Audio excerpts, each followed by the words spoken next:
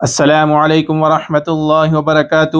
لا الہ الا اللہ وحدہ والصلاة والسلام علی من لا نبی بعدہ، اللہم صل علی محمد کما تحب وترضی لہ۔ میرے بھائیوں اور میری اسلامی ماں اور بہنیں، یہ پارٹ 2 آپ کے سامنے لے کر حاضر ہوا ہوں۔ میرے بھائیوں، آپ کا دشمن جو ہے وہ برباد ہو جائے گا انشاءاللہ۔ کون سا دشمن میرے بھائیوں؟ جس نے آپ پر ظلم کیا ہے، ٹھیک ہے،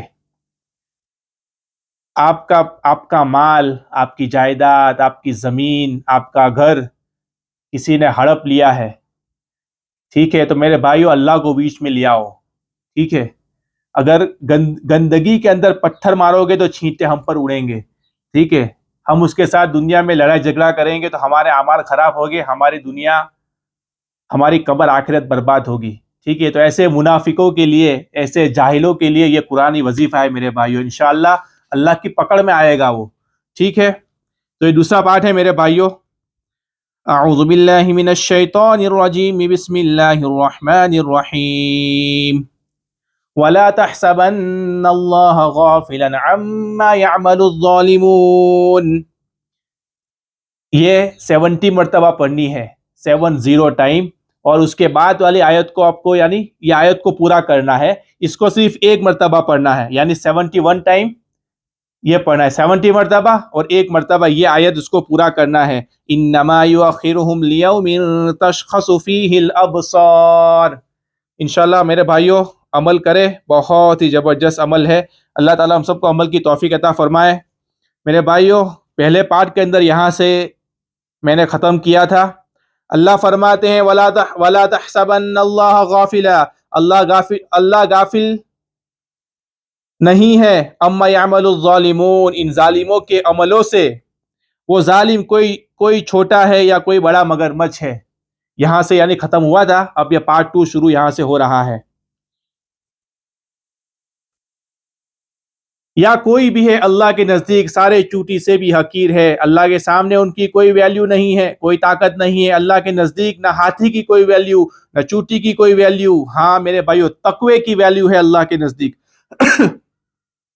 اب آپ دیکھیے اللہ نے آگے فرمایا انما یؤخرہم، یہ جو تم پر ہنس رہے ہیں، تالیاں بجا رہے ہیں، ہم نے حکومت کو دھوکہ دے دیا، ہم نے فلاں کو دھوکہ دے دیا، ہم نے فلاں شخص کو دھوکہ دے دیا، چاہے کسی بینک کو دھوکہ دے دیا یا کسی عام انسان کو دھوکہ دے دیا، نہیں، انما یؤخرہم، میں تمہیں خود مہلت دے رہا ہوں، اللہ کہہ رہے ہیں، کب تک؟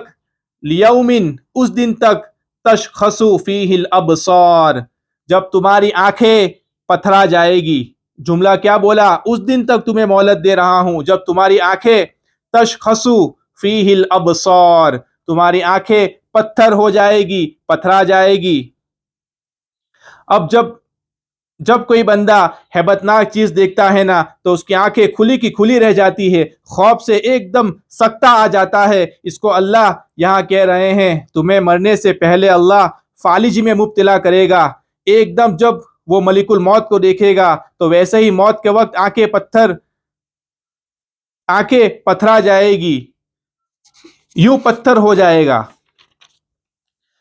پتھرا جانا یعنی اکڑ جانا، سکتے میں آ جانا یا فالج میں آ جانا، اب وہ ہل نہیں سکے گا، کومے میں چلا جائے گا، عجیب اس میں حالت آ جائے گی۔ اللہ کہہ رہے چاہے آپ اسے دنیا میں نہ بھی دیکھو، موت کے وقت اس کی آنکھیں پتھرا جائے گی، ایک دم ملک الموت کو دیکھے گا۔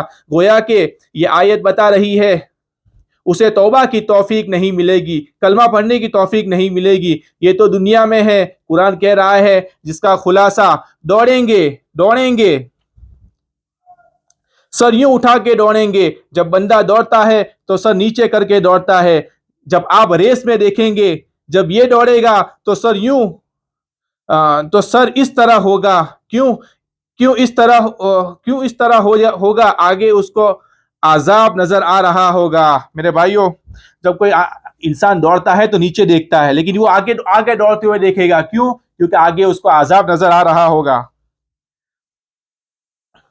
دوڑے گا، آنکھیں پتھرائی ہوگی، خوف سے بھاگے گا, آگے دیکھتے ہوئے بھاگے گا. دوسری بات مفسرین نے لکھی ہے کہ دنیا میں اللہ اسے دوڑاتا رہے گا, نہ اس کے گھر میں پوری ہوگی کسی چیز کی, نہ کبھی خوشحال ہوگا, نہ کبھی اس کی اولاد خوشحال ہوگی, نہ اس کے گھر میں برکت ہوگی, اور نہ اس کے گھر میں بیماریاں, آفتیں, نا اتفاقیاں اتنی ہوتی رہے گی کہ یہ دوڑتا رہے گا. اسپتالوں میں, تھانوں میں لوگوں سے دوڑے گا, پولیس سے دوڑے گا, کبھی قرض دینے والوں سے دوڑے گا. جن کا قرض دینا ہے دنیا میں بھی اللہ اسے ذلیل کرے گا, اور مرنے کے بعد بھی. اب دو تفسیریں ہیں جس کا خلاصہ کہ اللہ اسے تھکا کے مارے گا. جب پولیس کسی کو تھکاتی ہے نا تو کہتے ہیں دوڑو, تو کیا ہوتا ہے اس کے ساتھ؟ اب اللہ بھی کہے گا فرشتوں کو کہ اس کو بھگاؤ, یہ تھکے گا, دوڑتا رہے گا. اللہ اسے تھکا کے دوزخ میں پھینکیں گے, اور دنیا میں اللہ اسے تھکا دیں گے. یہ موت مانگے گا, موت بھی نہیں ملے گی. یہ اتنی سخت آیت ہے. میں ابھی اس کی تفسیر پوری کر ہی نہیں رہا. اگر ساری تفسیروں میں سے اس کی تفسیر بیان کروں, ابن کثیر کیا کہا, پانی پتی مظہری نے کیا کہا, ظالموں کے لیے اس سے سخت آیت کوئی نہیں. دو باتیں ہیں اس تفسیر کی جس کا خلاصہ. ایک تو اس کی نظر یہ اٹھی رہے گی, پتھرا جائے گی, یعنی میرے بھائی ایسے اٹھی رہے گی اور پتھرا جائے گی.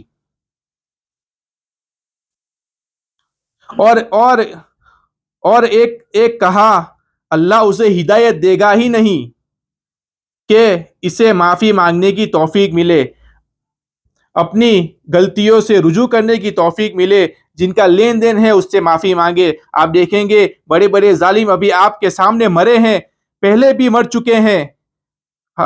ہم سوچتے ہیں کہ جا کے معافی مانگتے, لیکن توفیق نہیں ملی نا.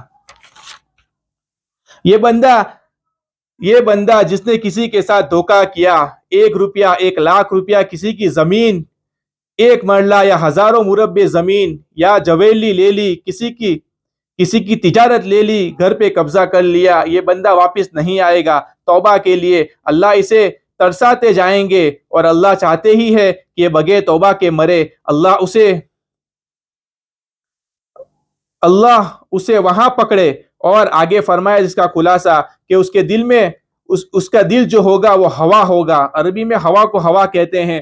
دل بھی ایک جگہ پر نہیں رہے گا, بلکہ دل بھی بدہوش ہوگا, یعنی ہر وقت ٹینشن میں ہوگا. دل کبھی سکون میں نہیں آئے گا, بے سکون رہے گا. آج کھربوں ڈالر کے مالک ہے قبضہ مافیا, لیکن ان کو سکون قلب نہیں ہے. میں تو جانتا ہوں کئیوں کو, کبھی وہ ہمارے پاس بیٹھتے ہیں تو 10 منٹ میں رونا شروع کر دیتے ہیں. عجیب ہے یہ, عجیب یہ ہے, وہ ٹینشن ہے, فلانا دھمکا. آپ کے اوپر اتنے ٹینشن نہیں ہوں گے جتنے ان کے اوپر ہے. بڑی بڑی گاڑیاں, بڑے بڑے بنگلے, لیکن کہاں سے لیے؟ پیسے قبضے سے. لیکن کہاں سے لیے پیسے؟ قبضے سے, سود کے, رشوت کے. ایسے ظالموں کے ساتھ پھر اللہ یہ کرتا ہے. اب آپ پر کسی نے ظلم کیا ہے, اب آپ چاہتے ہیں کہ وہ گرفت میں آ جائے. اگر اللہ انہیں ہدایت دے دے, ان ظالموں کو بھی دنیا میں توبہ کر لے تو اللہ معاف کر دے گا. لیکن اسے ہر بندے سے بخشوانا ہوگا جس کا لین دین ہے. ایسا نہیں کہ پیسہ کھا لیا, ڈکار مار لی, توبہ ایسے معاف نہیں ہوتا. ہر بندے کو تلاش کرنا ہوگا, نہیں تو اس کی اولاد کو تلاش کرے. وہ مر گیا ہے تو کسی طرح بھی, اگر بالکل نہ کوئی ملتا ہو تو پھر اس کی طرف سے صدقہ کر دے اللہ کی راہ میں. اب اس کے لیے آپ ظالموں کو, جس نے آپ کا مال کھا لیا, آپ کی جائیداد ہڑپ کر لی, آپ سے کچھ لے کے ہڑپ لیا, آپ کو غیر قانونی پھنسا دیا, آپ پر غیر قانونی کیس کر دیا. کوئی ظالم ایسا ہے جس نے آپ کی زندگی اجیرن کر دی ہے, تو آپ یکسوئی کے ساتھ بیٹھ کر 3 دن خالی عصر اور مغرب کے درمیان افضل ٹائم ہے, ورنہ کسی بھی وقت یہ پڑھ سکتے ہیں, مرد عورت پڑھ سکتے ہیں. یہ آیت نمبر 42 ہے اور سورہ ابراہیم ہے. آپ نے اتنا حصہ ولا تحسبن اعوذ باللہ من الشیطان الرجیم بسم اللہ الرحمن الرحیم ولا تحسبن اللہ غافلا عما يعمل الظالمون، اس کو 70 مرتبہ پڑھنا ہے. یہ آیت جو میں نے ابھی پڑھی اس کو 70 مرتبہ پڑھنا ہے، 70، اور اس کے بعد ایک مرتبہ اس آیت کو آگے بھی پڑھنا ہے. اس آیت کو آگے بھی ایک مرتبہ صرف پڑھنا ہے. جو آگے کا حصہ ہے وہ کیا حصہ ہے میرے بھائیو؟ انما یؤخرهم لیوم تشخص فیہ الابصار، اس کو ایک مرتبہ پڑھنا ہے. یہاں تک آپ اس کا انجام اپنی آنکھوں سے دیکھو گے. رو کے اللہ کے سامنے دعا کرے، 3 دن دعا کرے، یا تو آپ کو آپ کی چیز واپس کر دے گا جو چھینی ہے، یا تو اللہ اسے گرفت میں لانا شروع کرے گا، یا تو اللہ آپ کو اس کا نعم البدل عطا کریں گے. تو میرے بھائیو انشاءاللہ اس پر عمل کرے، بڑا فائدہ ہوگا. سورہ ابراہیم ہے، آیت نمبر 42 ہے، ٹھیک ہے. یہ جو پہلا ٹکڑا ہے وَلَا تَحْسَبَنَّ اللَّهَ غَافِلًا عَمَّا يَعْمَلُ الظَّالِمُونَ، اس کو 70 مرتبہ پڑھنا ہے.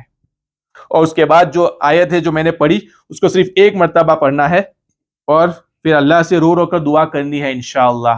ٹھیک ہے میرے بھائیو. تو یا تو آپ کی چیز واپس مل جائے گی، یا اللہ اس ظالم کی اپنی طریقے سے میرے بھائیوں پکڑ کرے گا. اور جب اللہ اپنی طریقے سے پکڑ کرے گا تو نہ دنیا کا رہے گا نہ آخرت کا رہے گا میرے بھائیوں. اللہ مجھے بھی، اللہ آپ کو، پوری امت مسلمہ کو عمل کی توفیق عطا فرمائے. اور یہ جو ہے حضرت مولانا پیر اقبال صاحب قریشی دامت برکاتہم نے اپنے بیانوں میں بیان کیا ہے. وما علینا الا البلاغ وآخر دعوانا الحمد للہ رب العالمین.